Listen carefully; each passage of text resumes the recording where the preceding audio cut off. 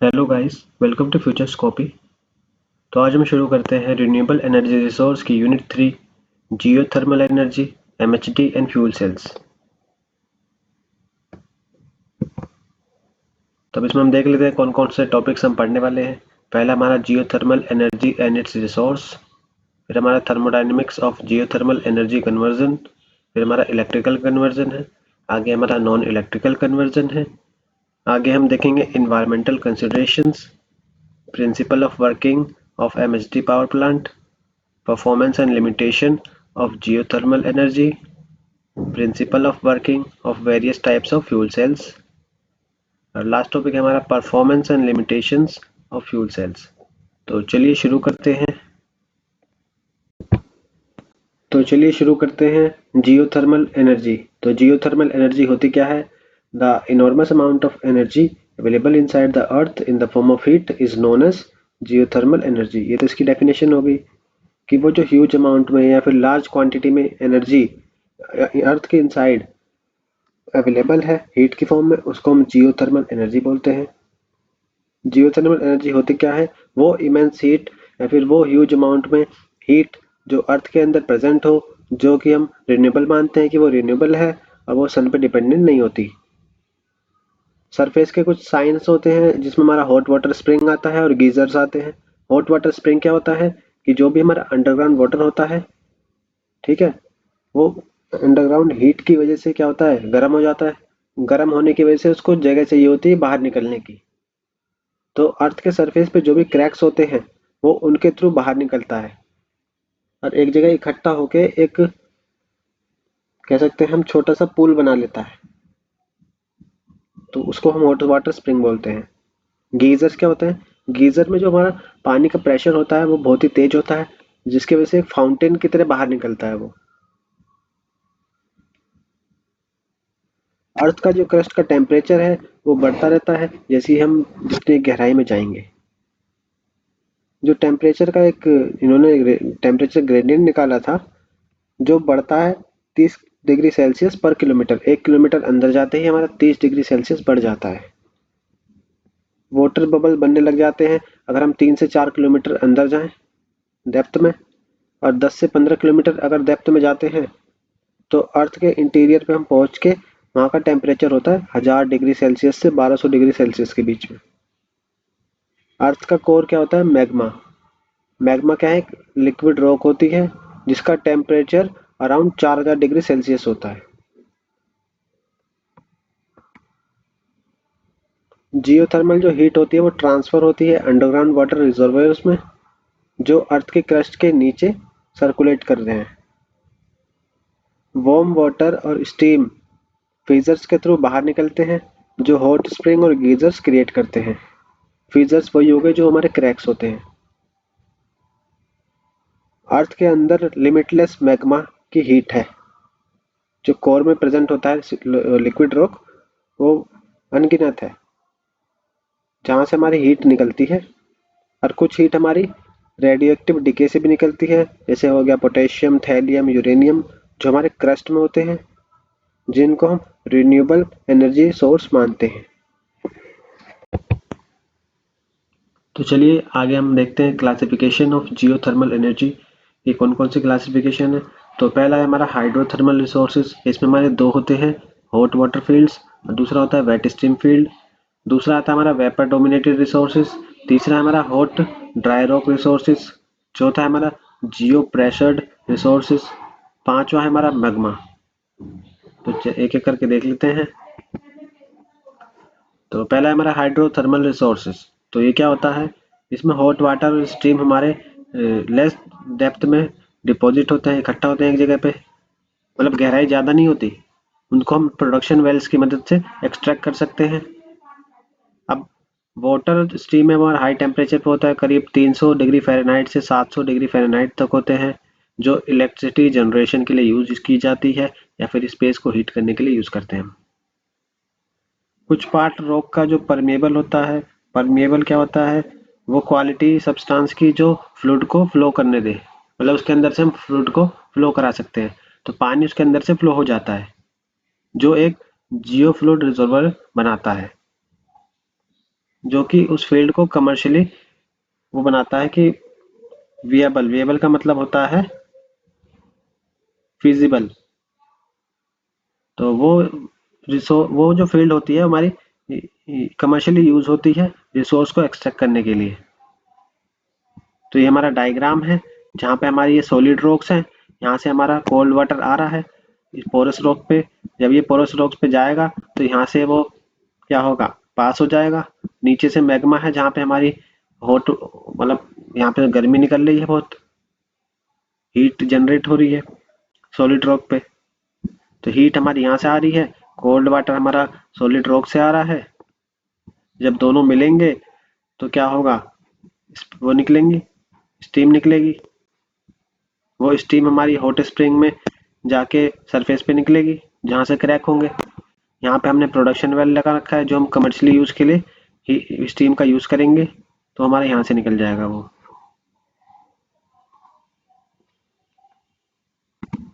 आगे देख लेते हैं इसके अंदर जो दो चीज थी हमारी, हॉट वाटर फील्ड और एक दूसरी थी वेट स्टीम फील्ड।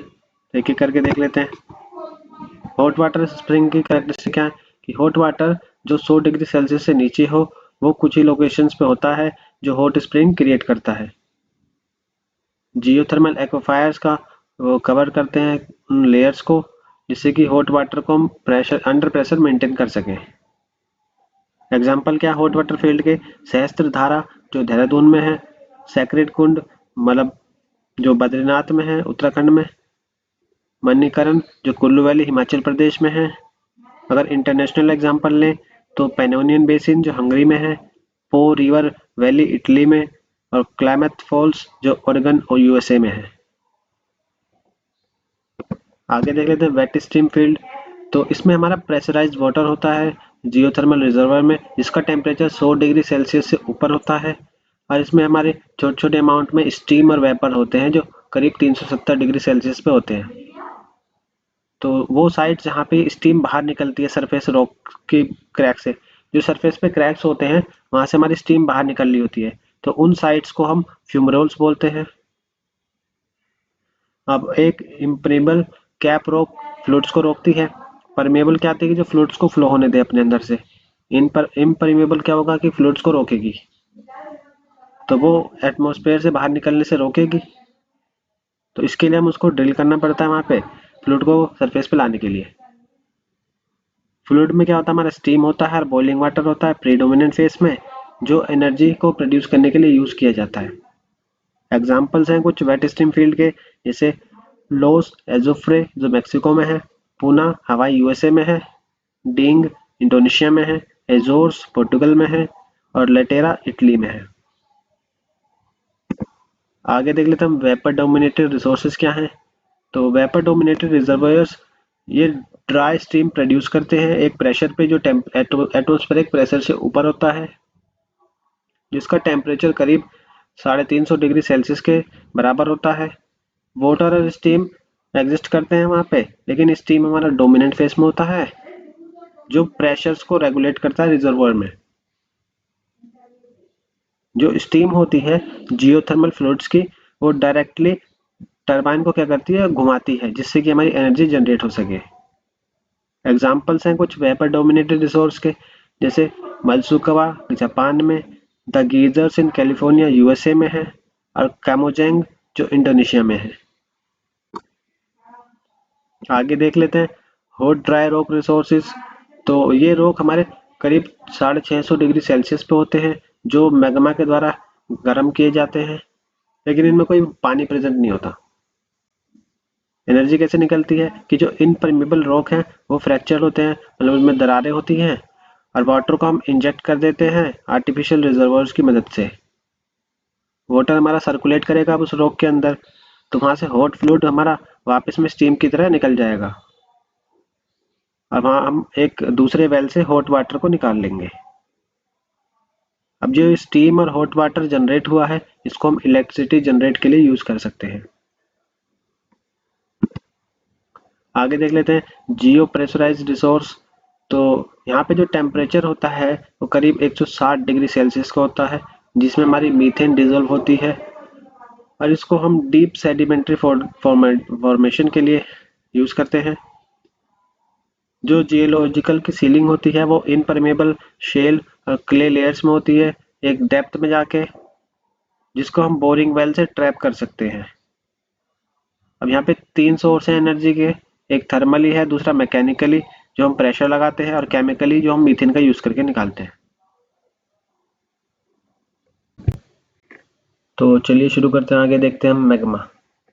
तो magma is a molten rock at temperature ranging from 900 degree Celsius to 1600 degree Celsius. तो मैग्मा हमारा एक मोल्टन रॉक होता है। मोल्टन रॉक कौन सी होती है? वो रॉक जो मेल्टेड रॉक होती है, जो अर्थ सरफेस के नीचे जो रॉक मेल्ट हो जाती है, उसको मोल्टन रॉक कहते हैं, जिसकी टेम्परेचर की रेंज 900 डिग्री सेल्सियस से 1600 डिग्री सेल्सियस के बीच में होती है। This hot viscous liquid come out from active volcanic vents and solidifies. Hot viscous liquid क्या होता है? वो भी गरम चिपचिपा लिक्विड जो वोल्केनिक वेंट्स और सॉलिडिफाइड से बाहर आता है। वेंट्स और क्या होते हैं? वेंट्स वो अर्थ के अंदर जो ओपनिंग होती है ना, जहाँ से मैग्मा या फिर गैसेस हो गए या फिर जो भी अर्थ के अंदर चीजें हैं जो बाहर निकलती हैं, उस जगह को वेंट बोलते हैं। ये रिजर्वोयर फॉर्म करते हैं कुछ डेप्थ पे अर्थ सरफेस के अंदर, और जो मैग्मा के चैम्बर्स होते हैं उनमें एनर्जी का सोर्स बहुत ज़्यादा होता है। ये जो हमारी एग्जिस्टिंग टेक्नोलॉजी है, ये अलाउ नहीं करती कि हम हीट को रिकवर कर पाएँ इन रिसोर्सेज से। आगे देखते हैं हम हॉट वाटर फील्ड्स। तो हॉट वाटर फील्ड में जो रिजर्वायर होते हैं उनका टेम्परेचर 50 से 100 डिग्री सेल्सियस के बीच में होता है। यूटिलाइजेशन कहाँ पे होता है? ये हाउस हीटिंग के लिए यूज होते हैं या फिर एग्रीकल्चर के लिए, जहाँ पे स्टीम का कंटेंट बहुत कम चाहिए होता है। रिजर्वायर की कैरेक्टरिस्टिक क्या है कि जो वाटर हमारा लिक्विड फेज में है वो बॉइलिंग पॉइंट से नीचे होता है अंडर प्रेशर। सरफेस के फीचर्स क्या है कि थर्मल स्प्रिंग्स होती है जिनका टेम्परेचर बॉइलिंग पॉइंट के करीब होता है। डेप्थ क्या है कि ये डेप्थ में मिलता है हमें 2 किलोमीटर से ऊपर ऊपर ही मिल जाता है। लार्जेस्ट प्लांट कौन सा है? तो गीजर प्लांट जो यूएसए में है वो वर्ल्ड का लार्जेस्ट प्लांट है। आगे देखते हैं हम वेट स्टीम फील्ड। तो वेट स्टीम फील्ड में हमारा प्रेशराइज्ड वाटर होता है जिसका टेम्परेचर 100 डिग्री सेल्सियस से ऊपर का होता है। फिर देखते हैं प्रेशर रिडक्शन। तो जो हाई प्रेशर हॉट वाटर होता है वो सरफेस तक आता है, जो प्रेशर को रिड्यूस कर देता है, जिसमें हमारा स्टीम और बॉइलिंग वाटर मिक्स होके ऊपर आ रहा होता है सरफेस तक। Power generation. तो ये मिक्सचर को हम पावर जनरेशन के लिए यूज करते हैं। Well drilling. जो प्रेशराइज वाटर है इसको ऊपर उठाने के लिए, क्योंकि जो वेल का होता है लो प्रेशर, तो हम प्रेशराइज वाटर का यूज करके यूज करते हैं कि हम वेल को ड्रिल कर पाए। यूटिलाइजेशन। जो वेपर है हमारा पावर के लिए यूज होता है, जो हॉट वाटर को हम सेपरेट कर लेते हैं थर्मल एप्लीकेशंस के लिए। स्टीम की परसेंटेज देखें तो 90% जो थर्मो हाइड्रोथर्मल के रिजर्वोयर्स हैं वो इस तरह के होते हैं। आगे देखते हैं हम ड्राई स्ट्रीम फील्ड। ये हमारा स्टीम फील्ड को इनहेंस कर देता है, बढ़ा देता है। ये वेट स्टीम फील्ड की तरह है, लेकिन इसमें जो हीट का ट्रांसफर है वो बहुत ज़्यादा होता है डेप्थ से। स्टीम की कैरेक्टरिस्टिक क्या है कि रिजर्वोयर जो है वो सुपर हीटेड स्टीम प्रोड्यूस करता है, उसका प्रेशर जो एटमॉस्फेरिक प्रेशर से ज़्यादा होता है। परमेबिलिटी क्या होती है? परमेबिलिटी वही किसी मटेरियल की वो प्रॉपर्टी जिसमें हम फ्लूइड को फ्लो करा सके। तो इस फील्ड की कम परमेबिलिटी होती है अगर वेट फील्ड से कंपेयर करें तो। वेल ड्रिलिंग इफेक्ट क्या है? अगर यहाँ पे हम वेल को ड्रिल करते हैं, कुआं एक तरह से खोदते हैं, अब फ्लूइड को हम बाहर निकालते हैं एक डिप्रेस जोन से, तो ये वाटर के बॉइलिंग पॉइंट को बढ़ा देता है। पत्थर के आसपास जितना भी वाटर होता है उसके बॉइलिंग पॉइंट को बढ़ा देगा। Steam expansion and cooling. Steam जो है हमारा ड्राई बॉटम से फ्लो हो रही होती है, फिर हम उसको एक्सपेंड करते हैं, कूल करते हैं, लेकिन जो रॉक्स है इनका टेम्परेचर हाई होता है जो सुपर हीटेड स्टेट को छोड़ती नहीं। अब सुपर हीटिंग की डिग्री क्या होती है? वो करीब करीब 100 डिग्री सेल्सियस की होती है।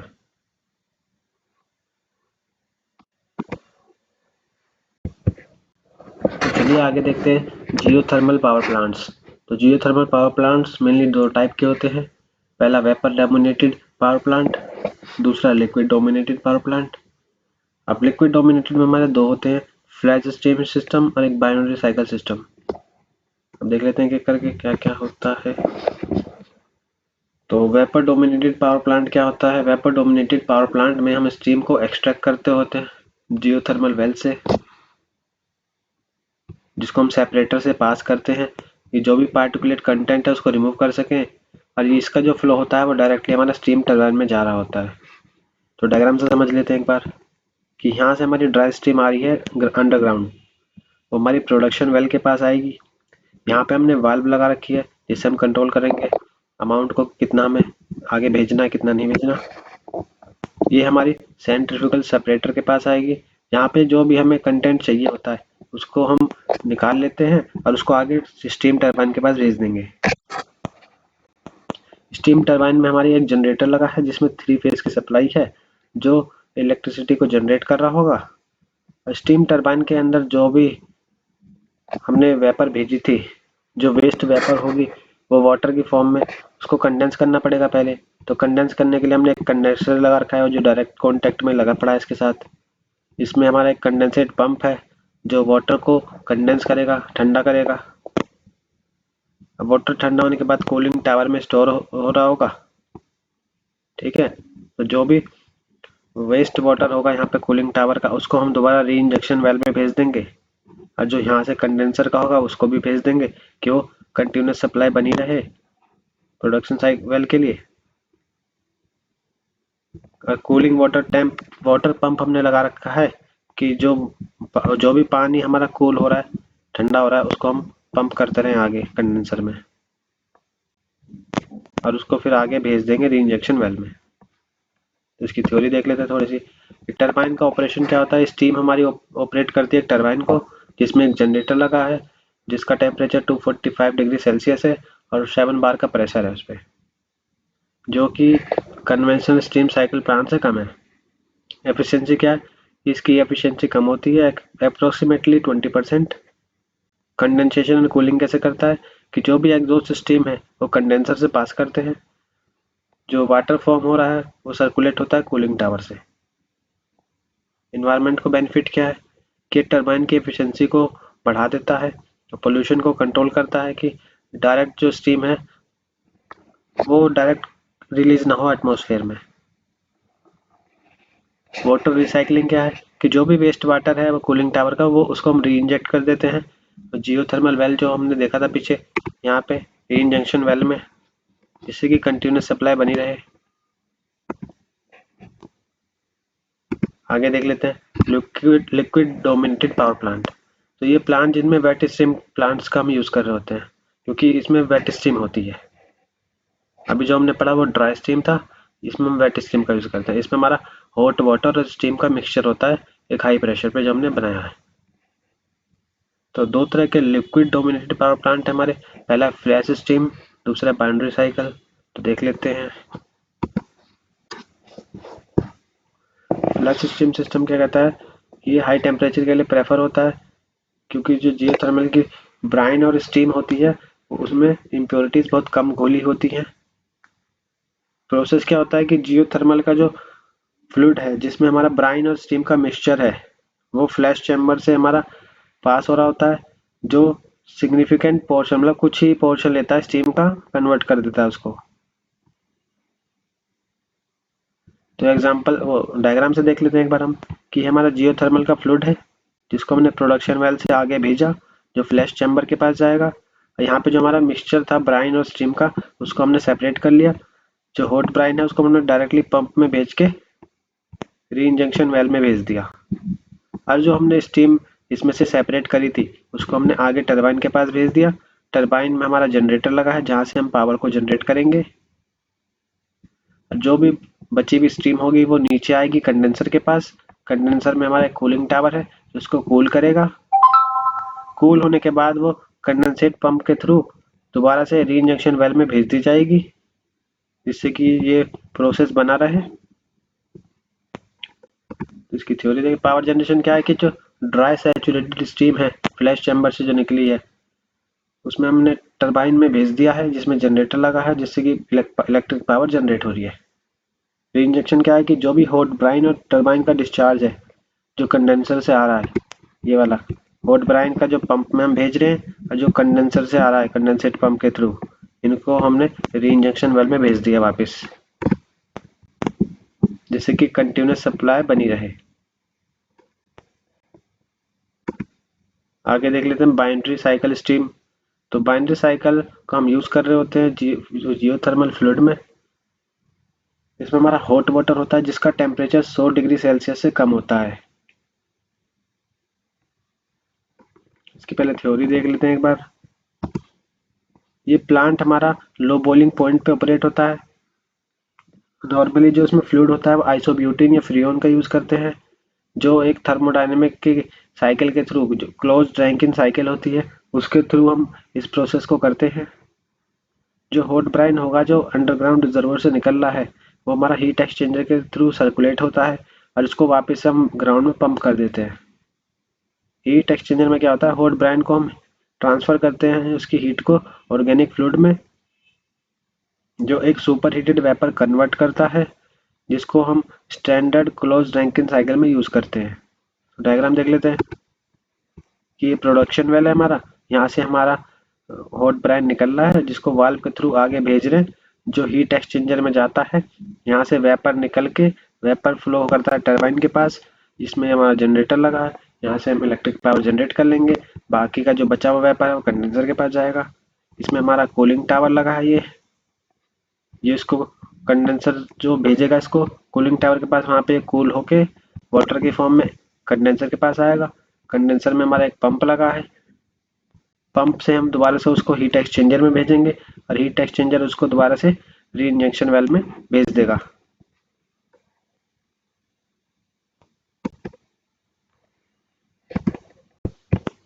आगे हम देख लेते हैं एप्लीकेशंस ऑफ जियोथर्मल एनर्जी। तो पहला है जनरेशन ऑफ इलेक्ट्रिक पावर, दूसरा इंडस्ट्रियल प्रोसेस हीट, तीसरा स्पेस हीटिंग फॉर बिल्डिंग्स, चौथा production of salt from sea, extraction manufacturing, छठा है टेक्सटाइल इंडस्ट्री, सातवां सीवेज हीट ट्रीटमेंट, आठवां geothermal water is utilised for greenhouse cultivation using discharge water from geothermal drill whole.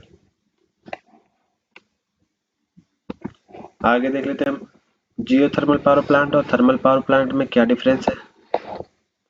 तो geothermal जो है वो inexhaustible source of energy का use करता है, थर्मल हमारा एग्जॉस्टेबल सोर्स ऑफ एनर्जी का यूज करता है। जियोथर्मल हमारा ज़्यादा इन्वायरमेंट फ्रेंडली होता है, थर्मल हमारा लेस इन्वायरमेंट फ्रेंडली होता है। जियोथर्मल में कुछ केसेस में अर्थक्वेक भी आ सकता है, अगर डेंजर सिचुएशन है तो थर्मल में कोई प्रॉब्लम नहीं आती है। जियोथर्मल हमारा मेनली पावर जनरेशन के लिए यूज होता है, थर्मल हमारा इंडस्ट्रियल प्रोसेस के लिए यूज होता है।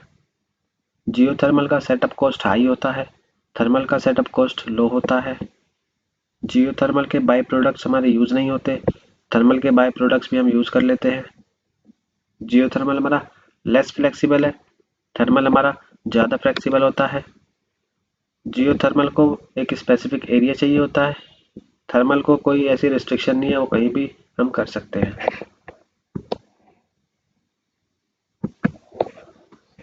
आगे देख लेते हैं हम operational and environmental problems of geothermal energy source.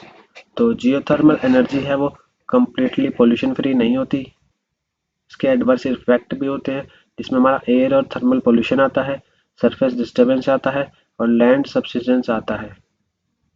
Air pollution जो जियोथर्मल साइट्स पे होती है उसमें हमारी पॉइजनस गैस निकलती हैं, जैसे कि हाइड्रोजन हो गया, सल्फाइड हो गया, अमोनिया हो गया, मीथेन हो गया, कार्बन डाइऑक्साइड हो गया। जो हम एनर्जी को एक्सट्रैक्ट कर रहे होते हैं हॉट रॉक से या फिर मैग्मा से, उसमें हम वाटर को फोर्सफुली बोरहोल्स में भेजते हैं नीचे और उसको वापस से सरफेस पे रिटर्न कराते हैं टरबाइन का यूज करके। अगर हाईली परमेबल रिजर्वोयर है तो जो अमाउंट ऑफ वाटर उसको चाहिए होता है इंजेक्ट करने के लिए वो भी बहुत चैलेंजेस है, क्योंकि बहुत ज़्यादा पानी चाहिए होता है। जो फ्लैश स्टीम हमारी निकल रही होती है एटमॉस्फेयर में, वो उससे हम डेंस फॉग बन सकता है। हार्मफुल सब्सटेंस भी निकलते हैं हवा में जब जियोथर्मल साइट्स पे हम प्लांट्स का कर देते हैं, जिससे कि वैसे रेडियो एक्टिव मटेरियल्स बढ़ जाते हैं।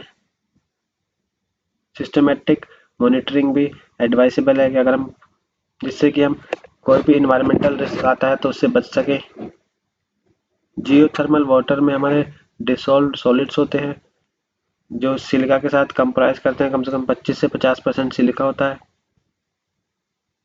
जो अमाउंट होता है डिसॉल्व्ड सॉलिड्स का वो रेंज 300 से 1500 ppm में होता है।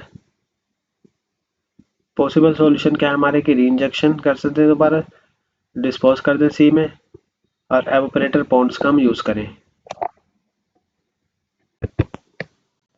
तो चलिए आगे देखते हैं मैग्नेटो हाइड्रोडायनेमिक्स। तो MHD क्या होता है? MHD में हम इलेक्ट्रिक फील्ड को जनरेट कर रहे होते हैं जिसमें हमारा जो आयोनाइज फ्लूइड होता है और मैग्नेटिक फील्ड जब आपस में इंटरेक्ट करते हैं तो एक इलेक्ट्रिक फील्ड जनरेट होती है। इलेक्ट्रिक फील्ड जनरेट होने की वजह से हम डायरेक्ट करंट प्रोड्यूस करते हैं थोड़ी सी थर्मल एनर्जी को खर्च करके। MHD पावर जनरेशन हमारा बेस्ड होता है Faraday law of electromagnetic induction. Requirements क्या है MHD जनरेटर की कि पहला तो हमें एक मैग्नेट मटेरियल चाहिए जिसका मेल्टिंग पॉइंट हाई हो। दूसरा हमें इलेक्ट्रोड चाहिए जो सिलिकॉन कार्बन और जिरकोनियम कार्बन मटेरियल के बने हों जिनका टेम्परेचर एक स्टैंडर्ड होता है और केमिकल इरोजन से बचा के रखते हैं। तीसरा है कि हमें सिरेमिक्स का यूज़ करना है डक्ट कंस्ट्रक्शन के लिए। डक्ट क्या हो गया, एक हमने पैसेज बना दिया या चैनल बना दिया जहाँ पे हम एयर और गैसेस को पास करते हैं। तो सिरेमिक्स का यूज़ करके हम केमिकल इरोजन से बच सकते हैं अगर हॉट गैस हम पास करेंगे तो। चौथा हमारा डक्ट मटेरियल चाहिए जिसका हाई इलेक्ट्रिकल और थर्मल इंसुलेशन हो। पांचवा है एक इंसुलेशन और कंडक्टिंग मटेरियल चाहिए जिसका टेम्परेचर अराउंड 2500 डिग्री सेल्सियस होना चाहिए। आगे देख लेते हैं वर्किंग प्रिंसिपल क्या है MHD पावर जनरेशन की। तो MHD पावर जनरेशन में जो कन्वर्जन प्रोसेस है वो डिपेंड करता है Faraday law of electromagnetic induction, जो कहता है कि जब भी एक कंडक्टर और मैग्नेटिक फील्ड मूव करेंगे एक दूसरे के रिलेटिव पोजीशन में तो एक वोल्टेज हमारा इंड्यूस होगा कंडक्टर में। यही इंड्यूस वोल्टेज एक इलेक्ट्रिक करंट को प्रोड्यूस कर रहा होगा। कंडक्टर हमारा कुछ भी हो सकता है, सॉलिड, लिक्विड और गैस। तो एक बार डायग्राम से देख लेते हैं। तो डायग्राम में एक हमारा एनोड लगा है, एक हमारा कैथोड लगा है। दोनों को हमने एक एक्सटर्नल लोड से जोड़ दिया है और यहाँ पे हम गैसेस को पास करा रहे हैं। तो गैसेस हमारी फ्लो हो रही है XYZ डायरेक्शन में। तो हमारा यहाँ पे एक वोल्टेज इंड्यूस हो रहा होगा, वही वोल्टेज एक इलेक्ट्रिक करंट प्रोड्यूस करेगा। आगे देख लेते हैं। इन MHD जनरेटर जो सॉलिड कंडक्टर्स होते हैं उसको हम रिप्लेस कर दिया हॉट आयनाइज गैस से। अब जो हॉट आयनाइज गैस है जिसका टेम्परेचर 3000 डिग्री सेल्सियस है वो हमारा MHD डक्ट से पास कराते हैं, एक स्ट्रॉन्ग मैग्नेटिक फील्ड अप्लाई करते हैं उस पर। अब गैसेस हमें पता है कि हॉट और आयनाइज है तो वो इलेक्ट्रिकली कंडक्टिंग होंगी जो एक मैग्नेटिक फील्ड में मूव करेंगी, इसलिए एक वोल्टेज जनरेट हो रहा होगा। जो पावर जनरेट होती है MHD जनरेटर के द्वारा वो एक डायरेक्ट करंट फॉर्म में होती है। अब अगर हमने इलेक्ट्रोड्स को एक सूटेबल पोजीशन में प्लेस कर दिया तो जो भी जनरेटेड करंट है उसको हम एक्सट्रैक्ट कर सकते हैं।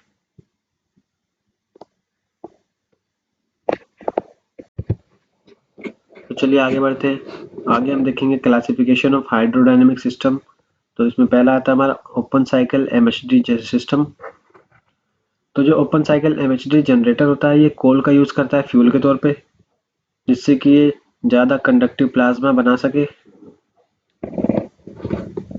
कोल का यूज हम इसलिए करते हैं क्योंकि उसमें कार्बन एटम्स ज़्यादा होते हैं अगर हम हाइड्रोजन एटम से कंपेयर करें तो।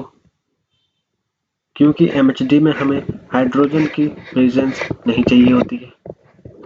तो एक बार डायग्राम से समझ लेते हैं कि जो ये फ्यूल है जहाँ पे हमने कोल का यूज किया है वो हमारा कंबशन चैम्बर में जा रहा होगा। कंबशन चैम्बर में हमने ऑक्सीजन दे रखी है जिसपे जो हाई टेम्परेचर पे हमने ऑक्सीजन को प्री हीट करके भेज रखा है कंबशन चैम्बर के अंदर। यहाँ पे हमारा फ्यूल दोनों मिलके आगे नोजल के पास जा रहे होंगे। नोजल का काम है कि इसको प्रेशर डाल के इस पे इसको आगे भेज देना। तो वो एमएचडी डक्ट पे भेज देगा जिस पे हमारी मैग्नेट लगी है। मैग्नेट क्या करेगी, पॉजिटिव और नेगेटिव को सेपरेट कर देगी। ठीक है। अब एमएचडी डक्ट पे हमारे दो चीज लगी है। एक लगा हमारा इन्वर्टर जिस पे हम डीसी पावर दे रहे हैं। इन्वर्टर में हमारा 3 फेज का एसी पावर लग रहा है। और जो बाकी का जो एमएचडी डक्ट जो भी फ्लूइड बचा है उसको हम आगे भेजेंगे प्री हीटेड के पास। यहाँ से तो हमारी इलेक्ट्रिसिटी जनरेट हो गई। जो बाकी का वेस्ट फ्लूइड होगा उसको आगे दोबारा प्री हीट में भेजेंगे। यहाँ पे एयर के साथ वो मिक्स होकर हीट होगा। हीट होके दोबारा से कंबशन चैम्बर में आ जाएगा। ठीक है। और जो यूजफुल फ्लूइड होगा उसको हम आगे भेज देंगे सीड रिकवरी यूनिट में। सीड रिकवरी यूनिट में जाने के बाद अगर उसमें कुछ इम्प्योरिटीज आती है या कुछ पोल्यूशन रह जाता है तो उसको हम वापस से भेज देंगे नोजल के पास। ठीक है। अब जो फ्लूइड बचा है उसको हम आगे भेजेंगे पोल्यूशन कंट्रोल यूनिट के पास जो चेक करेगा कि एयर में कोई पोल्यूशन तो नहीं है। इसको हम इन्वायरमेंट में भेजेंगे तो कोई पोल्यूशन तो नहीं होगा इससे। अगर नहीं होता है तो हम उसको आगे स्टैक में स्टोर कर लेते हैं। तो ये हमारी है ओपन साइकिल एमएसडी सिस्टम।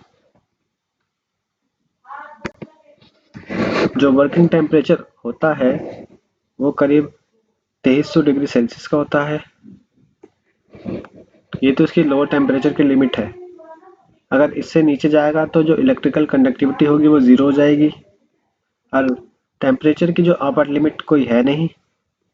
जितना मटेरियल स्टैंड कर सकता है, रह सकता है, उतना ज़्यादा हम मतलब इलेक्ट्रिक फील्ड जितनी हाई है उसके अंदर में मटेरियल अगर टिक पा रहा है तो उतना टेम्परेचर तक हम जा सकते हैं। आगे देख लेते हैं दूसरा हमारा क्लोज साइकिल एमएचडी सिस्टम। तो ये डायग्राम एक बार देख लेते हैं। यहाँ पे हमारा फ्यूल गैस है। फ्यूल गैस को हमने भेजा है, वो हमारा एमएचडी कंडक्टर में जाएगा। जैसे एक बार देख लेते हैं, close cycle MHD power plant में थर्मल एफिशिएंसी ज़्यादा होती है और साइकिल कॉस्ट कम होती है। ये हमारा लो टेम्परेचर पे ऑपरेट होता है जिसका 1600 डिग्री सेल्सियस पे, जिसमें डक्ट का साइज छोटा होता है और प्रेशर ज़्यादा होता है। हीलियम और आर्गन का हम यूज़ करते हैं वर्किंग फ्लूइड के तौर पे, जो हीट एक्सचेंजर में जाके हीट होती हैं और आयनाइज हो जाती हैं,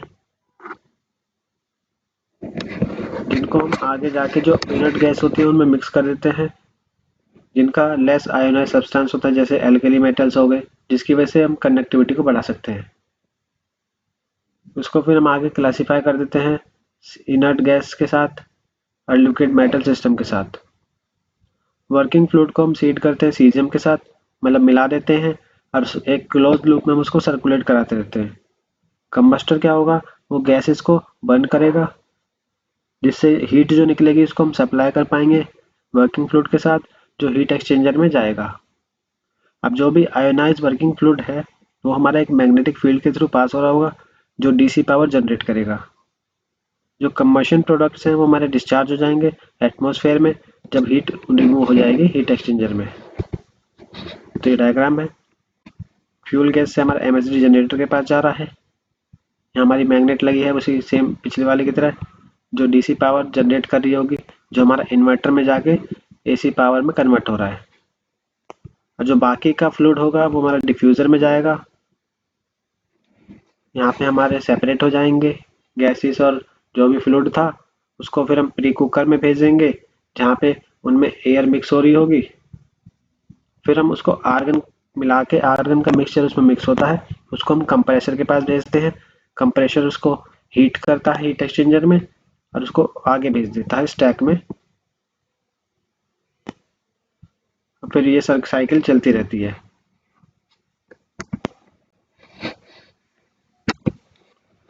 आगे देख लेते हैं हम close cycle liquid metal MHD generator. तो ये फिगर जो है वो शो कर रहा है क्लोज साइकिल लिक्विड मेटल को। इसमें क्या होता है कि जो सुपर हीटेड मेटेलिक वेपर है वो पहले सुपरसोनिक नोजल से एक्सपेंड हो रही होती है, फिर वो जनरेटर के अंदर एंटर करती है लिक्विड फॉर्म में जिसकी वेलोसिटी 150 मीटर पर सेकंड होती है। तो रिएक्टर के पास हमारा वेपर है, वेपर से वो एक स्पीड के नोजल में जाएगी तो स्पीड बढ़ जाएगी, जिसकी वेलोसिटी दे रखी है उन्होंने 150 मीटर पर सेकंड। तो नोजल में जाने के बाद वो वेपर से लिक्विड में कन्वर्ट होती है, सेपरेटर में जाती है, यहाँ पे सेपरेट हो जाते हैं। अब वो हमारे एमएसडी जनरेटर के पास जाएंगे। एमएसडी जनरेटर क्या करेगा, इनको आगे भेज देगा, और जो वर्किंग फ्लूइड है उससे हमारा एक डीसी पावर जनरेट हो रहा होगा। डीसी पावर को हम बाद में इन्वर्टर का यूज करके एसी पावर में कन्वर्ट कर लेंगे। जो बाकी का फ्लूइड है उसको हम कंडेंसर में भेज के वाटर इसमें मिक्स करके कंडेंस कर लेंगे, ठंडा कर लेंगे, और उसको आगे भेज देंगे रिएक्टर में दोबारा से। तो जो इलेक्ट्रिकल कंडक्टिविटी होती है वो बहुत ही बेकार होती है, जिसकी वजह से जो ओवरऑल कन्वर्जन की एफिशिएंसी वो गिर जाती है अगर हम गैस से कंपेयर करें तो। इसके कई सारे एडवांटेज भी हैं कि हम एसी करंट को डायरेक्टली सप्लाई कर सकते हैं और इन्वर्टर की इसमें ज़रूरत नहीं होती। न्यूक्लियर फायर्ड एमएसजी जनरेटर में जो हाई टेम्परेचर न्यूक्लियर रिएक्टर होता है उसको हम यूज़ करते हैं कि वो सॉलिड फ्यूल एलिमेंट्स को यूटिलाइज करके रिक्वायरमेंट्स को फुलफिल कर देता है। और जो सिरेमिक कोटेड इलेक्ट्रोड्स को हम हाइड्रोजन के साथ कूल कराते हैं, जो प्रोटेक्ट करता है कि कोई भी यूरेनियम का ड्रॉपलेट उस पर बन ना जाए। ये जो साइक्लोनिक सेपरेटर होता है वो यूरेनियम ड्रॉपलेट्स को रिमूव करने के लिए यूज़ करते हैं हाइड्रोजन गैस से। और जो हाइड्रोजन का फ्लो होता है वो कंप्रेसर में एक्सपेंड कर देता है टरबाइन को, जिसको हम कूल करते हैं हीट एक्सचेंजर में मल्टी स्टेज कंप्रेशन का यूज़ करके।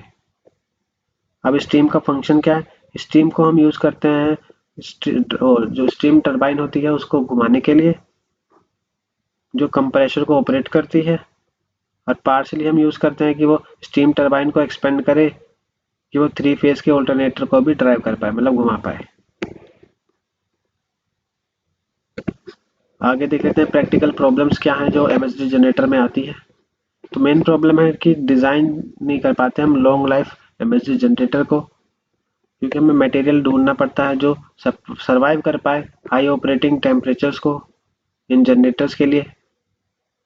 जो बहुत इंसुलेटर और कंडक्टिंग मटेरियल्स होते हैं वो टेम्परेचर को सस्टेन टिकने चाहिए इतने टेम्परेचर पर 2500 डिग्री सेल्सियस पे बहुत लंबे समय तक। जो इलेक्ट्रोड का मटेरियल है वो केमिकली इरोडेड होता है कंबशन गैसेस के साथ। सीड मटेरियल का है उस पर पोटेशियम अटैक हो जाता है, जिसमें हम इंसुलेटिंग मटेरियल्स का यूज़ कर रहे होते हैं और उसको कंडक्टिंग बनाते हैं। जो मेजर प्रॉब्लम आती है जनरेटर के साथ की इकोनॉमिक्स की दिक्कत आती है। ओवरऑल जो थर्मल एफिशिएंसी है वो 60% है, और जो 40% है वो कन्वेंशनल थर्मल पावर प्लांट है। यहाँ पे हमें मैग्नेट का एडिशनल इन्वेस्टमेंट आता है, जनरेटर का, डक्ट का, कंप्रेसर का, स्क्रबर्स का, सीड रिकवरी प्लांट्स का, और डीसी से एसी कन्वर्टर का, जो प्लांट की कॉस्ट को बढ़ा देते हैं, और ये इसकी वजह से बहुत ही महंगा पड़ जाता है या फिर कॉस्टली हो जाता है। तो चलिए आगे देखते हैं हम फ्यूल सेल्स। फ्यूल सेल क्या है, फ्यूल सेल एक हमारा इलेक्ट्रोकेमिकल डिवाइस है जो केमिकल एनर्जी को कन्वर्ट करता है इलेक्ट्रिसिटी और हीट में बिना कंबशन का यूज़ करे। जो हमारा कन्वर्जन होता है केमिकल एनर्जी का इलेक्ट्रिकल पावर में, वो फ्यूल सेल के केस में एक आइसोथर्मल प्रोसेस होता है। अब हम देख लेते हैं मेन कंपोनेंट्स क्या हैं फ्यूल सेल के।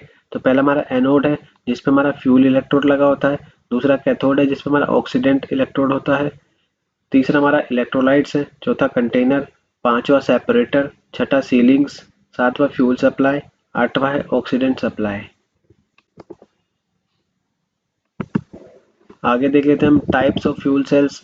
तो पहला है हमारा एल्कलाइन फ्यूल सेल जिसको एएफसी बोलते हैं, दूसरा है direct methanol fuel cell DMFC बोलते हैं, तीसरा है phosphoric acid fuel cell PAFC, चौथा है प्रोटॉन और polymer exchange membrane fuel cell PEMFC, पांचवा है molten carbonate fuel cells MCFC, छठा है solid oxide fuel cell SOFC, सातवां है zinc air fuel cell ZFC, आठवां है रीजनरेटिव फ्यूल सेल आरएफसी।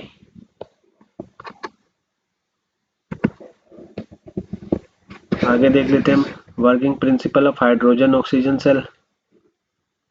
तो एक बेसिक हाइड्रोजन ऑक्सीजन सेल जिसमें फॉस्फोरिक एसिड एक इलेक्ट्रोलाइट के तौर पे यूज हो रहा था, वो हमने डायग्राम में दिखा रखा है, ये रहा वो डायग्राम। तो देख लेते हैं एक बार।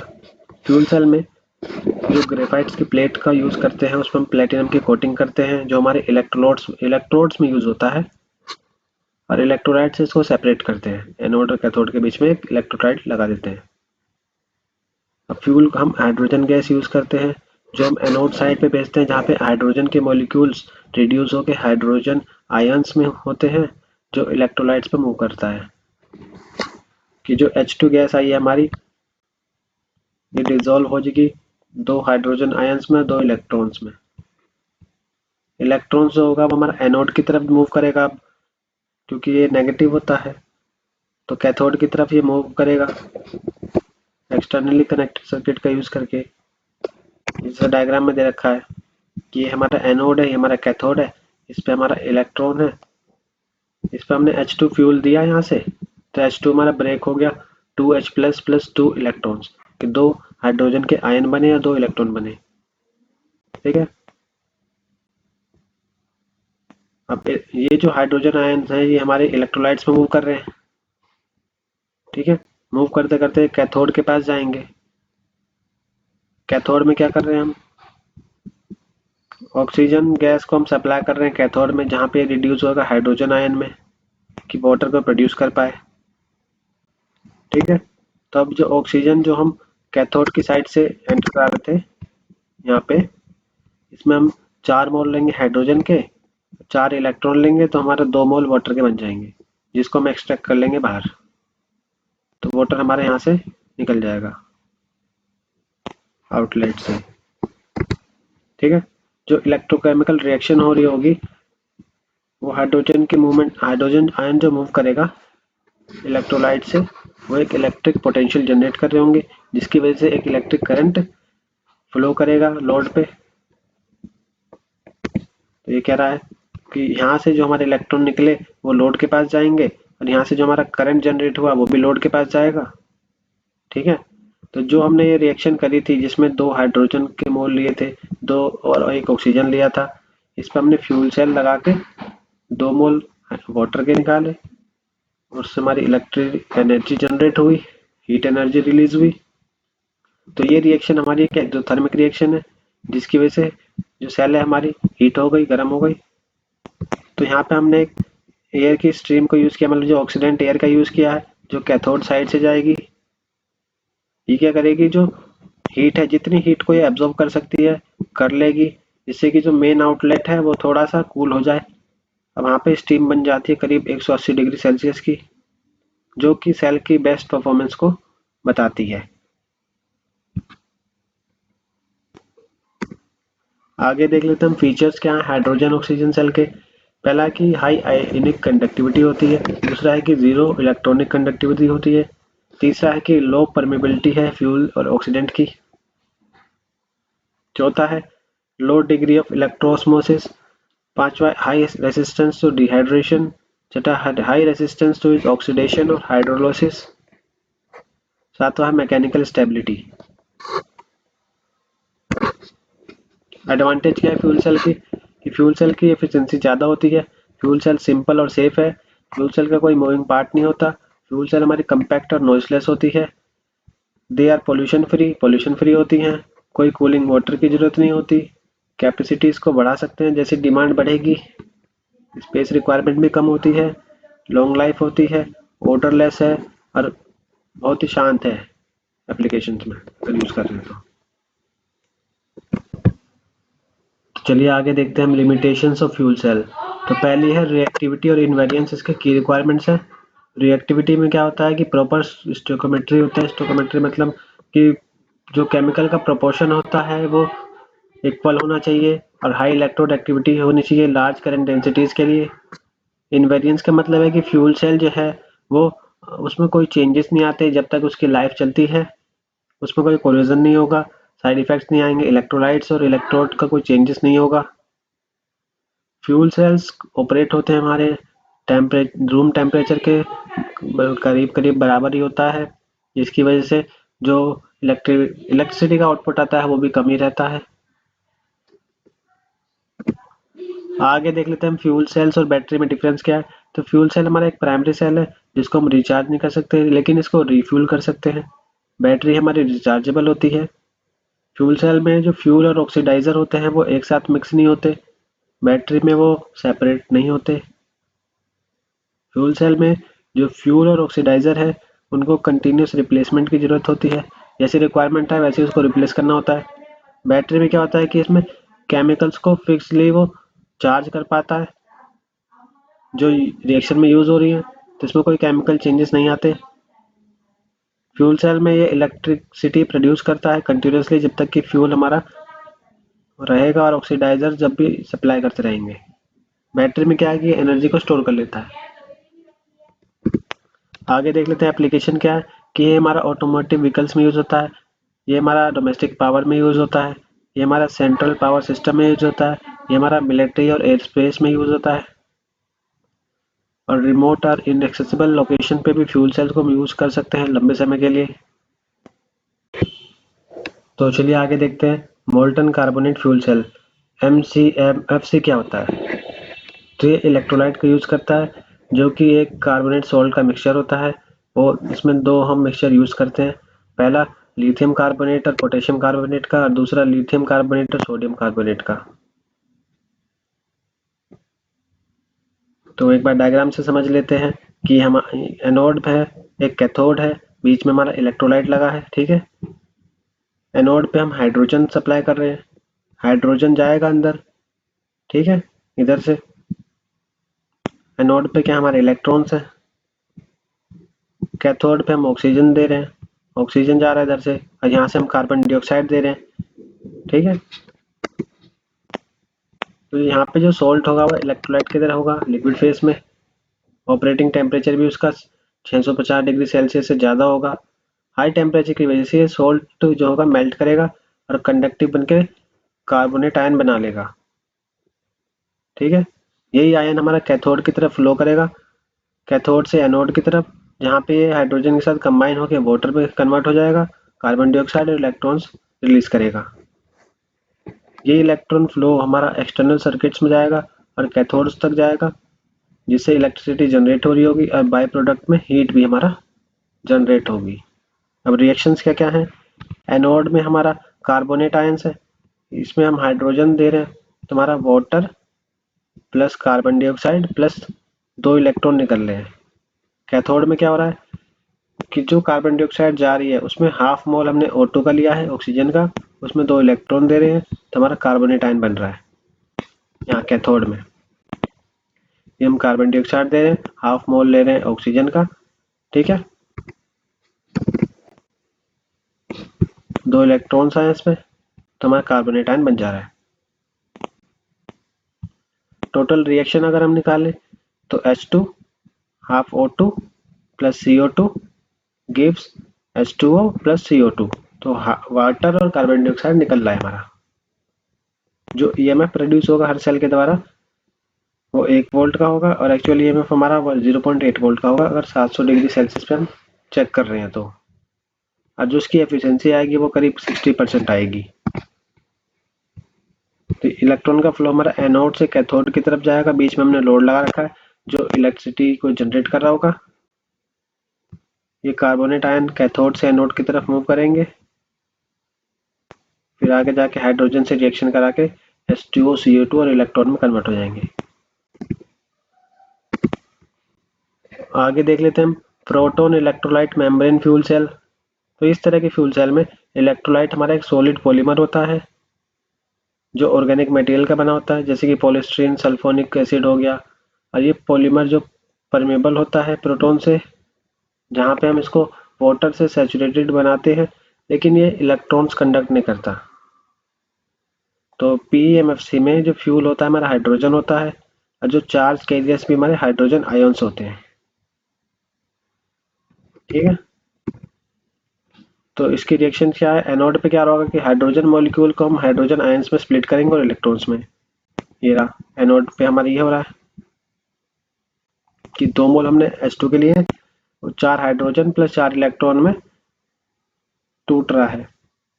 ठीक है, अब जो हाइड्रोजन आयन है ये पेनिट्रेट करके इलेक्ट्रोलाइट की तरफ जाएगा, वहां से कैथोड की तरफ मूव कर रहा होगा।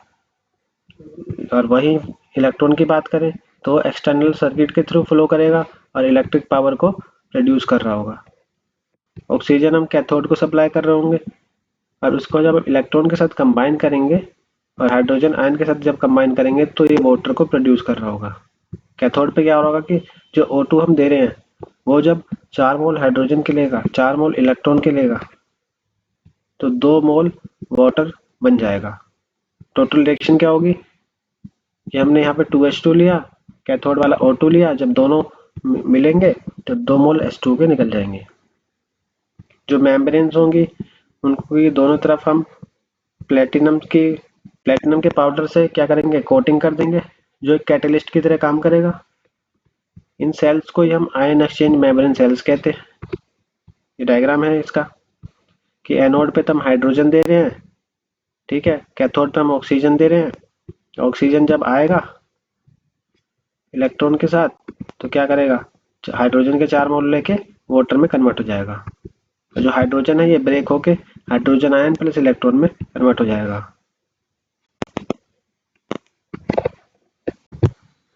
तो चलिए आगे देख लेते हैं एडवांटेजेस क्या है पीएमएफसी की। पहला है कि इसकी हाई पावर डेंसिटी होती है, दूसरा है कि बहुत जल्दी स्टार्ट हो जाता है, लेस एक्सपेंसिव है, लॉन्गर लाइफ है, कोरोजन में बहुत कम दिक्कतें आती हैं, ये लो टेम्परेचर पे ऑपरेट हो जाता है, यूजली 100 डिग्री सेल्सियस से नीचे पे ऑपरेट हो जाता है। डिसएडवांटेज क्या है, तो जो मेन डिसएडवांटेज होती है इस तरह की सेल की कि इनकी ऑपरेटिंग टेम्परेचर बहुत कम होती है, जिसकी वजह से ये को जनरेशन परफॉर्म नहीं कर पाते। अब कुछ इसकी डिजायरेबल प्रॉपर्टीज है पीएमएफसी इलेक्ट्रोलाइट की कि वो हाई आयोनिक कंडक्टिविटी होनी चाहिए, दूसरा जीरो इलेक्ट्रॉनिक कंडक्टिविटी, और लास्ट हमारा low permeability of fuel and oxidant. आगे देख लेते हैं हम सॉलिड ऑक्साइड फ्यूल सेल। तो इलेक्ट्रोलाइट जो होता है इस सेल में वो सॉलिड होता है, नॉन पोरस मेटल ऑक्साइड, जो कि ऑक्सीजन आयन से कंडक्टिव हो, और इस सेल्स को हम हाई टेम्परेचर पे ऑपरेट करते हैं बिटवीन 650 डिग्री सेल्सियस से 1000 डिग्री सेल्सियस के बीच में। अब कैथोड पे क्या होता है, जो ऑक्सीजन मॉलिक्यूल है जो एयर से आ रहा है उसको हम ऑक्सीजन आयन में स्प्लिट करते हैं, जिसमें 4 इलेक्ट्रॉन ऐड हो जाते हैं। ठीक है, अभी ये ऑक्सीजन आयन हमारे कंडक्ट करते हैं इलेक्ट्रोलाइट में, और फिर हाइड्रोजन के साथ कंबाइन होके 4 इलेक्ट्रॉन रिलीज करता है एनोड पे। ये जो इलेक्ट्रॉन हमारा एक्सटर्नल सर्किट पे मूव करता है, जो इलेक्ट्रिक पावर को प्रोड्यूस करता है और एक हीट को प्रोड्यूस करता है। अब रिएक्शन देख लेते हैं। एनोड पे क्या हो रहा है कि हमारे पास 2 हाइड्रोजन है, उस पे 2 ऑक्सीजन के मॉलिक्यूल्स ऐड होके 2 वाटर के मॉलिक्यूल बन रहे हैं और 4 हमारे इलेक्ट्रॉन्स रिलीज हो रहे हैं। ये इलेक्ट्रॉन्स हमारे एक्सटर्नल सर्किट पे जाएंगे जहाँ पे हमारी इलेक्ट्रिक पावर जनरेट हो रही होगी। कैथोड पे क्या हो रहा कि ऑक्सीजन में जब हम 4 इलेक्ट्रॉन्स को ऐड कर रहे थे तो हमारे 2 मॉलिक्यूल ऑक्सीजन के बन रहे थे।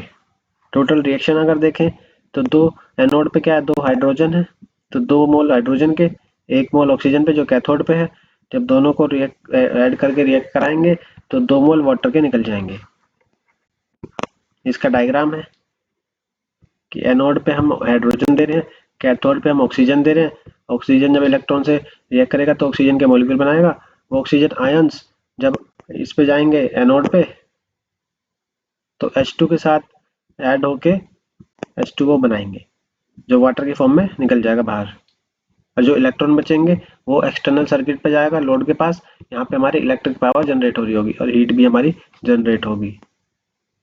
अब इसका जो आउटपुट वोल्टेज आता है वो करीब 0.65 वोल्ट का होता है 800 डिग्री सेल्सियस पे, और एक SOFC का सिस्टम जो होता है वो डेवलप होता है जो हाई टेम्परेचर पे ऑपरेट होगा अराउंड 900 से 1000 डिग्री सेल्सियस पे। आगे देख लेते हैं हम डिफरेंस क्या है AFC और PMFC में। तो पहला है ऑपरेशन का कि ये हमारा ऑपरेट होता है बिटवीन टेम्परेचर रेंज 40 से 200 डिग्री सेल्सियस के बीच में। अब वो हमारा होता है 40 से 90 डिग्री सेल्सियस के बीच में। AFC में हम H2 को यूज़ करते हैं फ्यूल के तौर पे। अब PEMFC में हम H2, मीथेन और इथेनॉल को यूज़ करते हैं फ्यूल के तौर पे। इसमें AFC में जो इलेक्ट्रोलाइट यूज़ करते हैं वो KOH होता है, पोटेशियम हाइड्रोक्साइड, और PMFC में हम पॉलीमर का यूज़ करते हैं इलेक्ट्रोलाइट के तौर पे। AFC की जो पावर डेंसिटी होती है वो उसकी रेंज आती है 0.1 से 0.3 W सेंटीमीटर स्क्वायर, और PMFC की जो पावर डेंसिटी आती है सेल की उसकी रेंज 0.7 W मीटर स्क्वायर होती है। W is what. AFC हमारा मेनली यूज होता है पावर जनरेशन के लिए स्पेसक्राफ्ट में। PMFC हमारा मेनली यूज होता है ट्रांसपोर्ट एप्लीकेशन में। अब आगे हम देख लेते हैं performance analysis for fuel cell. Performance को एनालाइज करेंगे। फ्यूल सेल में केमिकल रिएक्शन होती है, यहाँ पे रिएक्टेंट हमारा प्रोडक्ट में कन्वर्ट होता है एक स्टेडी फ्लो प्रोसेस में। तो यहाँ से जो वर्क हमारा ऑब्टेन होता है उसे हम कंबाइन करते हैं फर्स्ट और सेकंड लॉ ऑफ थर्मोडायनेमिक्स से। अगर हम फर्स्ट लॉ ऑफ थर्मोडायनेमिक्स की माने जो हम स्टेडी फ्लो प्रोसेस में लगा रहे हैं, तो delta Q minus delta W equals to delta H plus delta K E plus delta P E. यहाँ पे डेल्टा क्यू है हमारा जो हीट हमने ट्रांसफर करी है सराउंडिंग से, डेल्टा डब्ल्यू है जो वर्क डन हुआ है, जो हमारी स्ट्रीम फ्लो करी है एंट्रेंस से लेके एग्जिट तक। डेल्टा एच क्या हमारा इंथैल्पी में क्या चेंजेस आए हैं जब हमारा स्ट्रीम फ्लो करा है एंट्रेंस से लेके एग्जिट तक। के ई क्या हमारा पोटेंशियल एनर्जी में चेंजेस क्या आए हैं। पी क्या है पोटेंशियल एनर्जी है। आगे देखें इस केस में क्या है कि जो काइनेटिक एनर्जी और पोटेंशियल एनर्जी है वो नेग्लिजिबल है, तो हम उसको नेग्लेक्ट कर देंगे। तो इक्वेशन हमारी ऐसी होगी delta W is equal to delta Q minus delta H. ये हमारी पहली इक्वेशन हो गई। अब सेकंड लॉ ऑफ थर्मोडायनेमिक्स क्या कहता है, delta Q is equal to T delta S. T is a temperature, delta S is a entropy. अब इक्वेशन को कंबाइन कर दें 1 और 2 को, तो हमें डेल्टा डब्ल्यू मैक्स मिल जाएगा। यहाँ पे डेल्टा क्यू की जगह हम ये रख देंगे टी डेल्टा एस, तो टी डेल्टा एस माइनस के डेल्टा एच हो जाएगा। अब हमें पता है कि जो गिब्स फ्री एनर्जी है वो ऐसे होती है delta G equal to delta H minus T delta S. T हमारा कांस्टेंट होता है टेम्परेचर। अब इस इक्वेशन से जो थर्ड इक्वेशन आई थी इससे हम, और इक्वेशन 4 जो बनी है हमारी, इससे हम ये कह सकते हैं कि जो डेल्टा डब्ल्यू मैक्स है वो किसके इक्वल है, minus of delta G, Gibbs free energy के नेगेटिव के इक्वल है। आगे देख लेते हैं हम एफिशिएंसी। फ्यूल सेल की एफिशिएंसी क्या होती है। जो एफिशिएंसी होती है वो एनर्जी कैसे कन्वर्ट हो रही है फ्यूल सेल की, उसको हम डिफाइन करते हैं रेशो में, जो हमने कितना यूजफुल वर्क किया है, और उसको डिवाइड करते हैं जितनी हीट जनरेट हुई है कंबशन में। तो mathematically eta F equals to delta W max upon minus का डेल्टा एच होता है। डेल्टा डब्ल्यू मैक्स को हम लिख सकते हैं माइनस का डेल्टा जी, और नीचे हमारा माइनस का डेल्टा एच है ही। और अगर हम हाइड्रोजन ऑक्सीजन फ्यूल सेल की बात करें तो डेल्टा जी हमें गिवन होता है माइनस का 237191 जूल पर केजी मोल, जो कि 25 डिग्री सेल्सियस पे होता है।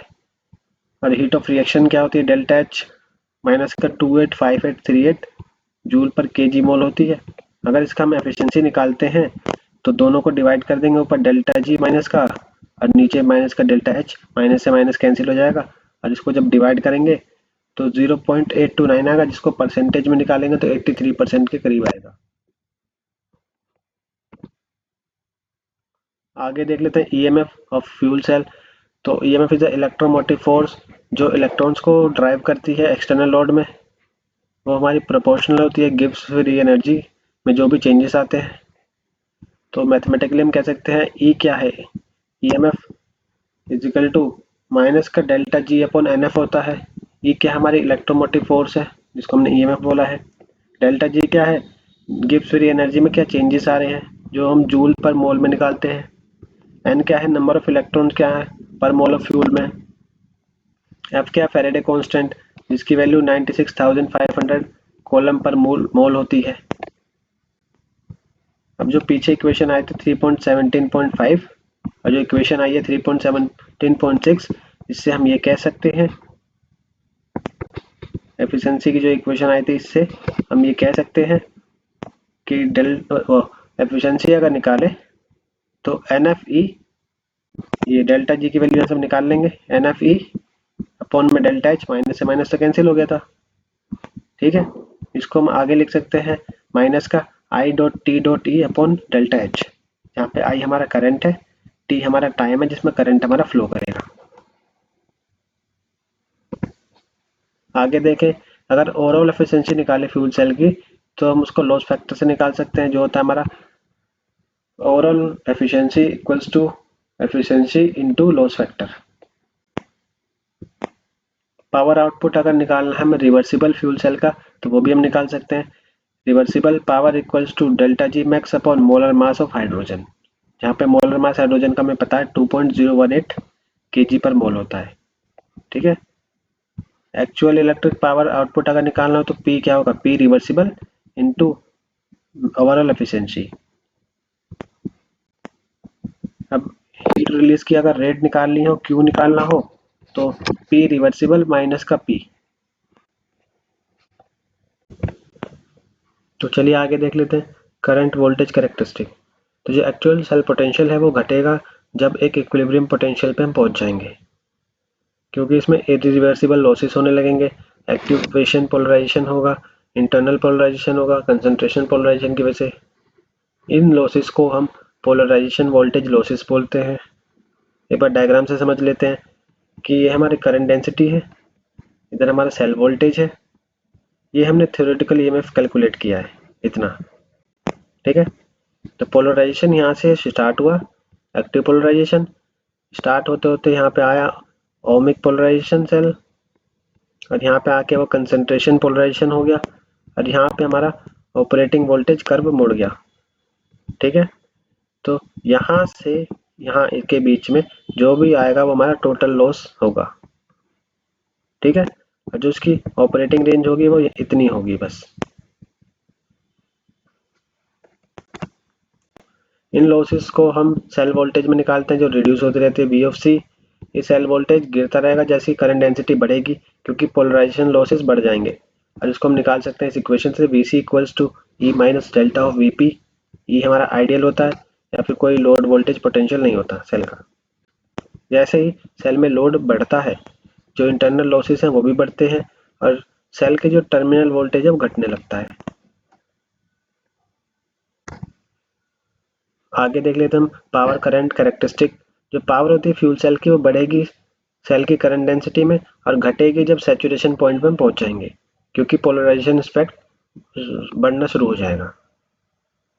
जो सेल की पावर है वो घटनी शुरू होगी जैसे ही सेल का करंट बढ़ेगा, क्योंकि एक सैचुरेशन पॉइंट आने के बाद थर्मल लॉस बढ़ जाते हैं, और जो सेल की पावर है हम उसको निकाल सकते हैं power equal to VC into IC।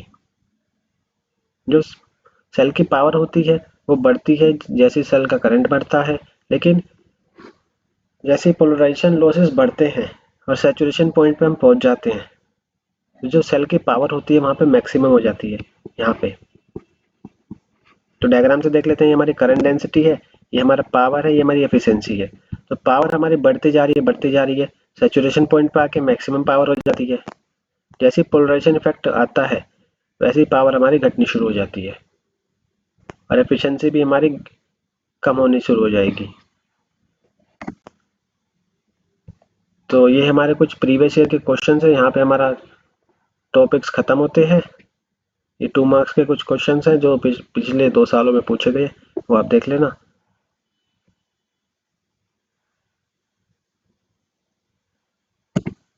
ये भी हैं कुछ क्वेश्चंस।